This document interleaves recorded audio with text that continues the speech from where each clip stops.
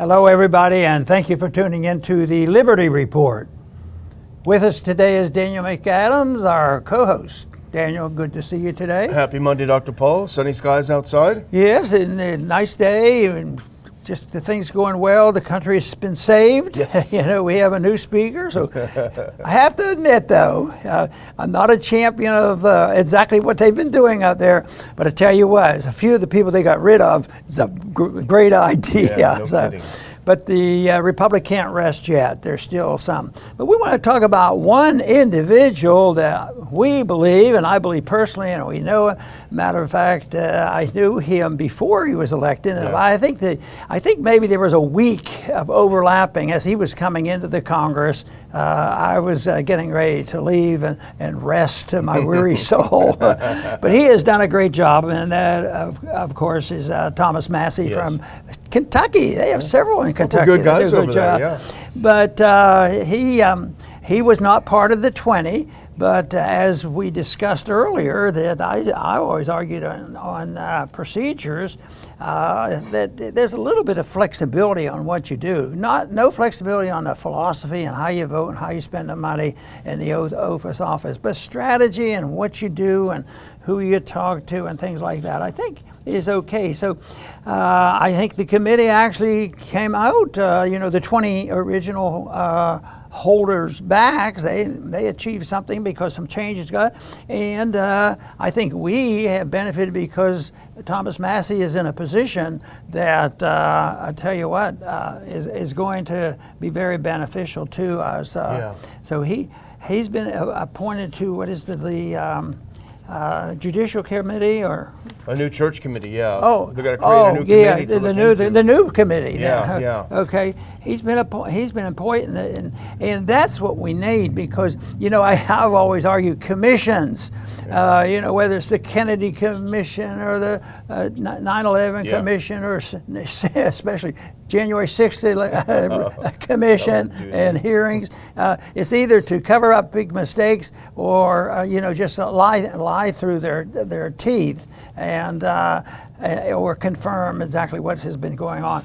But anyway, this is necessary to find out, and I think he has promised one thing, and if he promised it, he will. And if he finds out, hears about, or knows about anything that is illegal, and that means unconstitutional to Thomas, that he will be letting us, not you and me, the country know, and hopefully the subtle and maybe minor, hopefully major shifts in the Congress, they'll pay more attention to it. So right now, you'd have to say we've heard a lot of good talking, they're cutting the budget, and even entertaining thoughts about foreign policy and things like that. I didn't hear anybody say, well, you know what, if you didn't have a Federal Reserve, you couldn't do any of this stuff. That hasn't been said yet, except in the past. But anyway, we're very glad that he ended up getting on at least the promise. I mean, it would be heresy if he was denied that after them telling that. And so I'm glad about that. And the one thing you should feel good about, and we do, is you can trust what he says. Otherwise it's just canned propaganda, and I would say both sides are capable of that. Oh yeah. Well, everyone was saying at the time, because we talked about it a lot last week. It was a big brouhaha. The 20 holdouts was a big deal, and everyone was saying, "Where's Massie? Where's Massie?" I got a lot of emails. "Where's Massie? Why is he not out there?" I tried to explain your position that maybe this isn't the hill to die on. And so we're speculating. We haven't spoken with him, but perhaps this is where Massie was. Maybe he stayed out of this fight because he was talking to potential or future leadership about something that really is important, which is to get to the bottom of the secret intelligence agencies and the law enforcement agencies' involvement in our internal politics. And he had a lot of leverage because I think he very easily could have gone over with the 20 and kept that going. So he was in a great position. And of course, I am speculating, but he's a smart person. I think he may have realized how much leverage he had and credibility he has with both sides, that he could parlay his position into a position on this future committee. And let's put up this first clip, because this is from the Daily Caller, and this is what we're talking about. Representative Massie confirms seat on church committee, vows to reveal any illegal or unconstitutional government acts. And we actually have a video clip that we're going to put up, and it's a little longer than we usually do.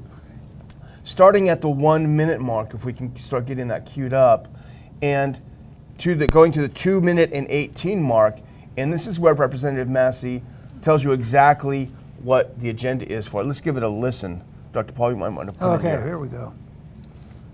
And his plan, we have just learned, is to appoint really one of the most honest and dogged members of Congress, we'll just say it, Thomas Massie of Kentucky, to head that committee, the new church committee run by Congressman Thomas Massie, who, by the way, joins us now to announce it.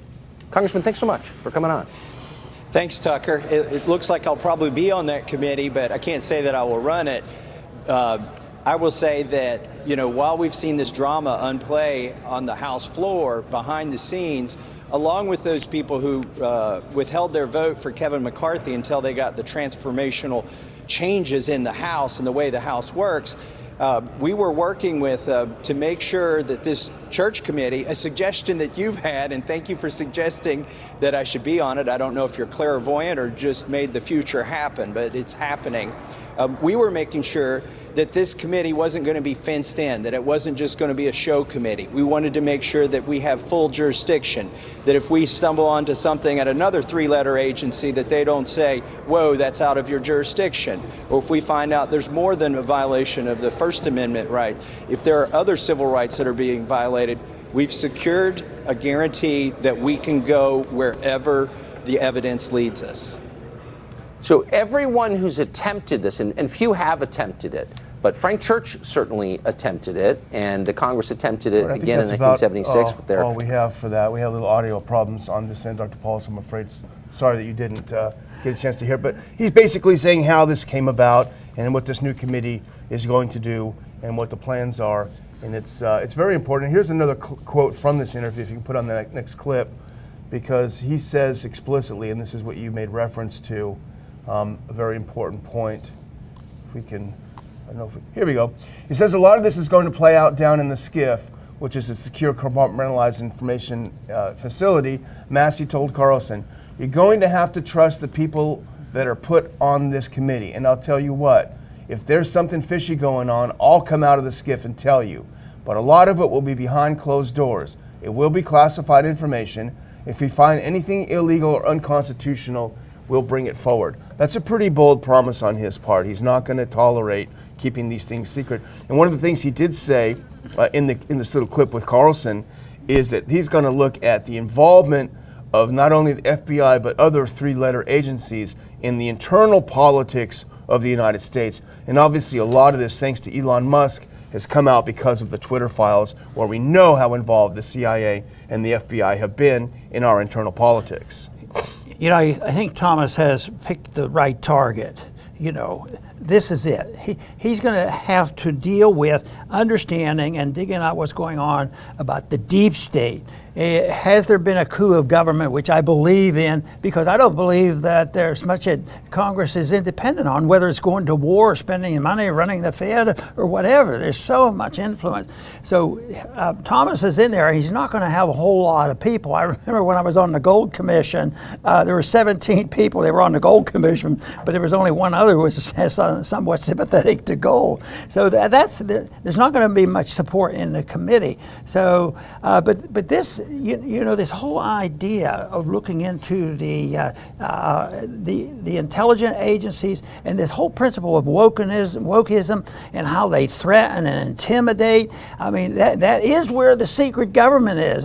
That's what we've been talking about, and a lot of people recognize it, but they don't quite understand it, and it's hard to totally understand it because sometimes it seems so outrageous on what they do. But it really came to light in a way, maybe this whole thing about what they were doing on, lockdown. It was so outrageous that, even the average mother housewife waking up, what are they doing to our kids? So this is going to do a lot of good, and especially when it gets very, very political. And what the FBI was doing doing, and what I've complained about the FBI for a couple of years now, Yeah. and also the CIA. Look how long the CIA has been very, very much involved. And already one of the things that Thomas has to put up with, that almost the committees are going to be secret, which in a way are required to get the information out, but he might have a real burden because he may hear some stuff that you can't say this. Yeah. So I don't know. That'll might be a real challenge for him. But I know which side he'll lean on, and that is getting to the truth and getting it out if all possible. And a person of lesser character, I'm thinking of Adam Schiff, he used the secretness of the January 6th committee to tell a bunch of lies, a pack of lies about Trump's involvement with the Russians, et cetera. And then when they said, well, show us the proof. Well, I can't show you, it's secret. So we know, we can rest assured that Massie is a person of great personal character. We know that for a fact. That's absolutely true. I think one of the challenges he's going to have, and that's why I think he's the perfect person for the job, one of the challenges he's going to have is to not make it look like a political witch hunt against the Biden administration. And Massie's demonstrated his willingness to work across the aisle with Democrats and Republicans of goodwill. It's going to be difficult for him, I think, because he's going to have a lot of pressure from his side to make it look political and to politicize it. But I think it won't be successful unless he's able to strike that balance. And he's the guy to do it. There's no question about it. The other thing, Dr. Paul, and you know this so well, there are literally tons of great witnesses out there that can be called. Heck, you could even call Elon Musk. You certainly could call Matt Taibbi, all the great journalists that have covered the Twitter files. We personally know many former FBI and CIA officers who, many of them spoke in your office when you were there. They will have great insights into this. So there is a huge wealth of knowledge and experience there that he can draw from to really, really get to the bottom of what's going on. You made a good suggestion that it shouldn't look like a political witch hunt. And that raises the question, because I think conservatives and good people and then some of the libertarians might be sort of split on this. For me, the idea of, we're going to teach him, we're going to impeach Biden, I happen not to think that's the greatest idea. Matter of fact, one of my personal rules is for it to be serious, it has to be bipartisan, just for practical reasons, rather than just a political witch hunt. And I think that's all the people have been hearing about so long. And I think they'll recognize the difference if Thomas has his way. And one thing is sometimes it can be contagious. There might be a few others on the committee that are leaning that way and really will grab hold and bear in on getting to the truth. Professor Turley is another great witness. Yeah. Very pro-free speech. He would be great. There are so many great people, and I hope he has the resources. But here's I just put a couple of tweets together, and both of these people would be very good. Let's put up the next one. This is from Ed Snowden, and he makes a very good point in the context of the FBI and CIA involvement in our domestic politics, domestic affairs. He says, after the last couple years, it's hard to ignore the feeling that the CIA's color revolutions are coming home. We may come to regret spending decades normalizing the practice of disregarding elections, the precedent for ousting presidents. Very, very astute, and I think that's very appropriate to what we're saying. And let's do the next one too, because Elon Musk a few days ago, that was Snowden from today. Now Musk weighed in a couple of days ago, and this is like, exhibit A for what his committee needs to get involved with. U.S. government agency demanded suspension of 250,000 Twitter accounts, including journalists and Canadian officials. And I know we've talked about this tweet before, but here you have direct evidence, thanks to Musk and the Twitter files, of the U.S. deep state intelligence community involved in our elections, involved in domestic politics.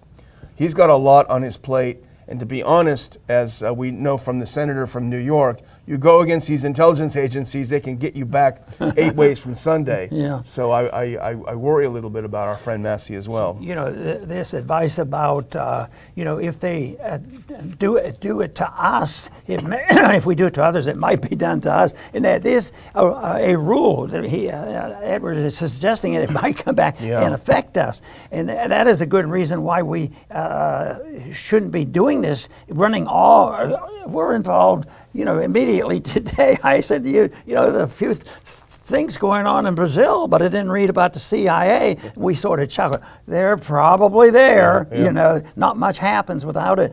But that is what the way empires end. That finally, they overdo it, and then they gang up on you. And there's a sense of that if you're watching the dollar market very closely and what other central banks are trying to do. They're setting the stage for answering back to our aggressiveness and not only getting involved in military operations and financial, but in elections. We've been involved way too long. Yeah. Well, let's continue a little bit on the theme of the new Congress, because we just saw, thanks to our friends at Zero Hedge, basically the 7 bills that would be part of the rules package opening up the new House. And I thought maybe we would throw a couple of these up, and maybe if you want to comment on some of them, how you might vote, how you might feel about them. I think it's a mixed bag. My personal view, I don't want to prejudice your view, Dr. Paul, it seems to be without a lot of vision. But let's put it up anyway. This is from Hedge. 7 opening, go back a couple, please. Go back 1. Yeah, there we go. Okay. So the first one, I think this is probably a good idea. A bill to cut some of the additional funding. I don't like the word some, though, Dr. Paul. Some of the additional funding that was made available to the IRS. Going to cut some of it now. They were going to cut all 87,000 new agents. Now it's just some, but it's a good start, right? See, yeah, it is, and we have to accept the best we can get, but it also fits the argument that I make is the principle is still there. Yeah. You know, I argued that the principle was bad when it was 1% or 2%. If that meant the principle is they own everything and they will tell you how much you can keep. And so it's a violation of property rights and the whole works. But if they're up to 80% and there's a vote to say, well, we're going to reduce it by down to 70%, you say, well, no big deal. I'm not going to vote for this because it's still voting for 70%. And there's some who argue that, Yeah. and I don't yell and scream at them because they say, no, you still are. But I consider that different. I think when you're in the middle of this, and whether it's 80 or 70, and you can vote for 70, it's a piece. And like you even started off, some you'd Yeah. like to see. Just what's our position? We don't want an IRS, and that would solve a lot of our problems. Yeah, a lot of the purists didn't like when you voted toward a little bit better. You were in the right direction. Let's look at number 2 really quickly. I think we probably don't need to spend too much time on this because probably agree. A bill to authorize the Secretary of Homeland Security to turn away people crossing the border illegally. We could probably talk about this, but I know you want to talk about the next one. A bill that includes prohibiting the Secretary of Energy from sending petroleum products from the Strategic Petroleum Reserve to China. I know this made a lot of headlines. Biden is taking the oil out of our ground and sending it to China. This, to me, seems a little bit like China bashing. I don't know. Oh, it is, and that's how they pass those kind of things. Of course, I think when that came up, and they have a storage for oil not far from where Yeah. we're sitting because there's some salt domes there. But no, I wasn't for it. You know, if there's no reason why we can't have storage, but to do that, it became an economic political tool. Had nothing to do with emergency conditions where you're in a World War III or something like that. I just think that it's totally unnecessary to do that, and I think it is China bashing because that's why when they talk about spending and hoping for a cut, I say, well, yeah, they'll do it, and they might even pass it until the next virus hits us. Yeah. The viruses are, a lot more persuasive than anything else. People panic, spend the money, $10 trillion tomorrow immediately. Well, the next one, number 4, I think, and you mentioned this before, gets into some real problems with federalism.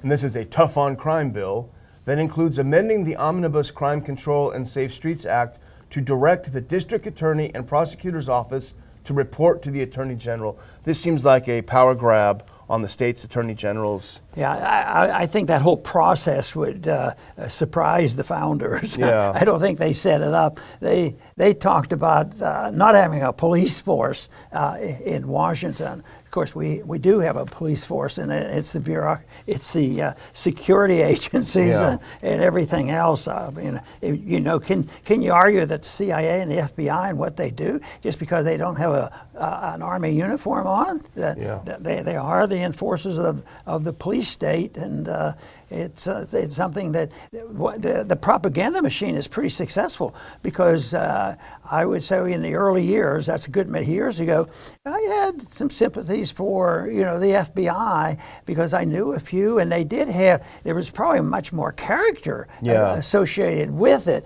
but that has totally deteriorated. The power was corrupting, and that's why we have the agencies that way. The founders were right. Don't get started with that stuff. Yeah.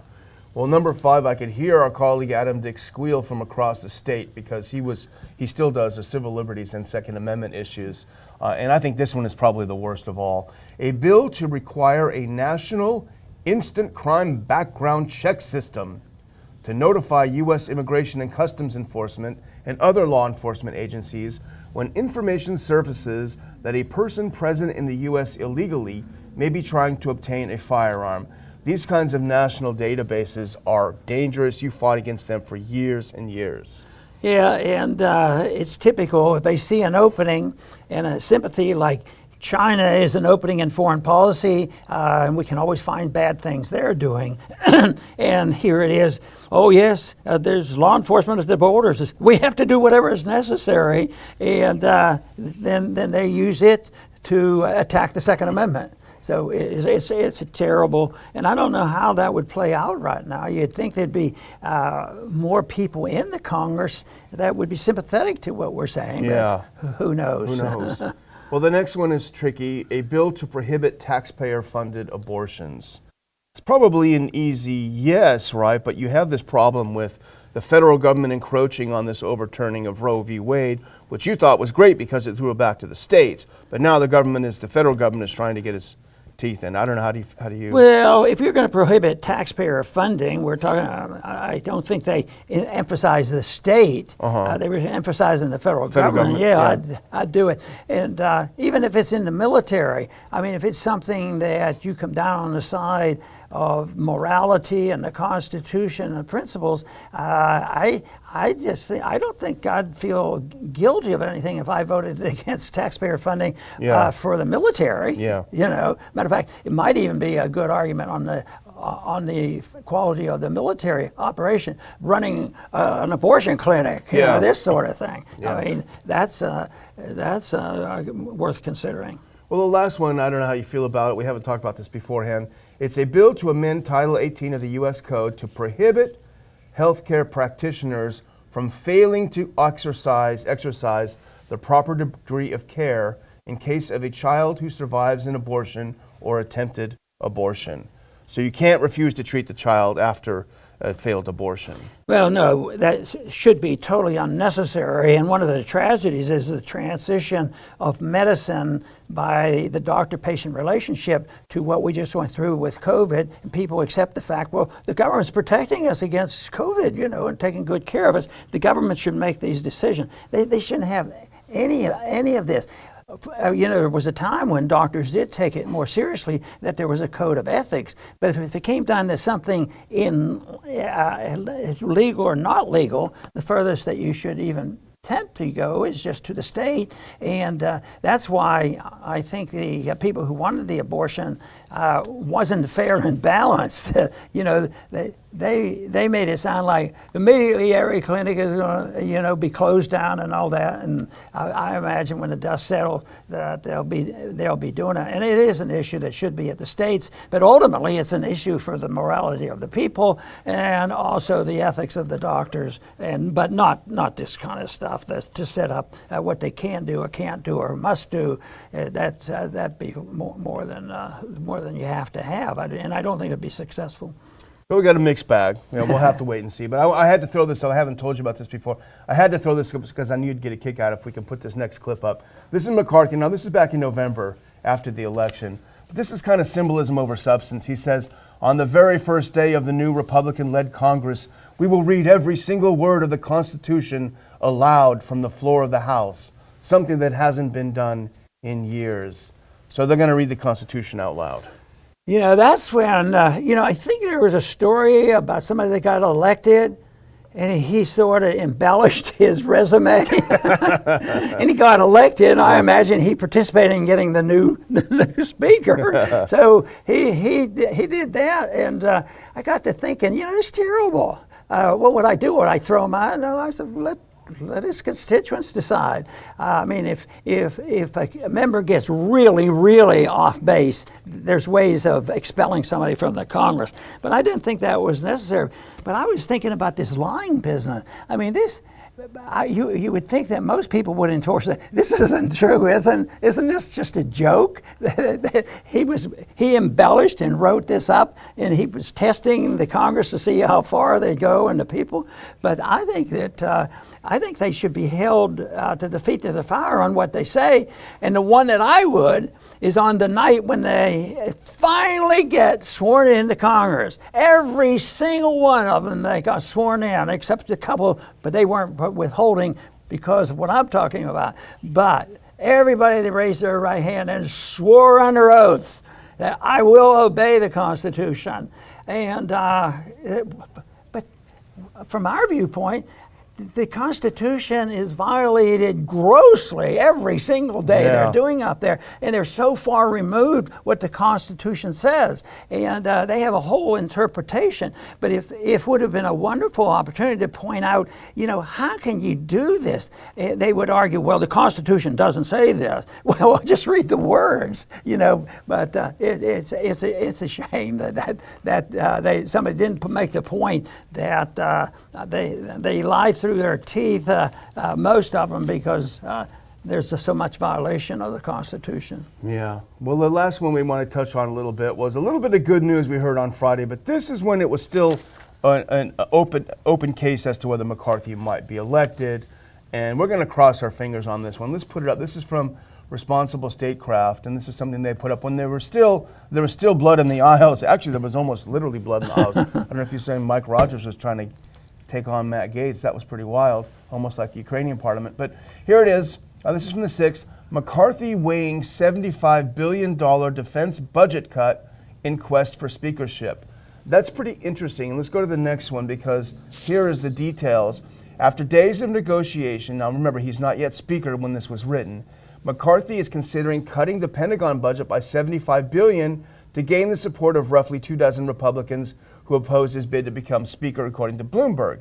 The cut is reportedly part of an emerging deal that would cap government spending at 2022 levels, meaning it would return defense spending to only $782 billion, a sharp drop from this year's allotment of $857 billion. I'll say I believe it when I see it, but still it's a glimmer of good news. Yeah, when I heard about it, I sent you a note and say, we need to watch this and find out what the final result will be. And, they could actually do it. It was a promise, and they go along with it and cut it by $75 billion, which I happen to believe it wouldn't mean a thing, because they lie through legislation as well. They pass legislation, and then maybe they could pass it in the House, and the Senate agrees they'd never pass that. So it just goes on and on, and they can put the money back in. So it's policy. What was this money for? Oh, well, probably, each day it wasn't billions. Sometimes it was hundreds of billions of dollars that we want to send to Ukraine, and that war is expanding as far as finances go. So this is not, it doesn't make any sense for them not to cut it in reality. But the reason I made that point to you was this is a test between, let's say the House is sincere, and they go, but it's a tight vote. Yeah. It's a test of the deep state. Yeah. It will tell us what would happen, and find out, if it's a real tight vote. Watch the vote like we watch for the speaker to see. But you know what? The deep state works more quickly, and they send out their warnings, and they set the standards, and they know what the rules are. And besides, it's patriotic to vote for national defense. Yeah. I mean, you don't want to be told that you're unpatriotic. So that's the shame. So it's good. The point was made, but I think we can make a bigger point if we follow up on it. Next week or next month or whatever. Remember that $75 billion?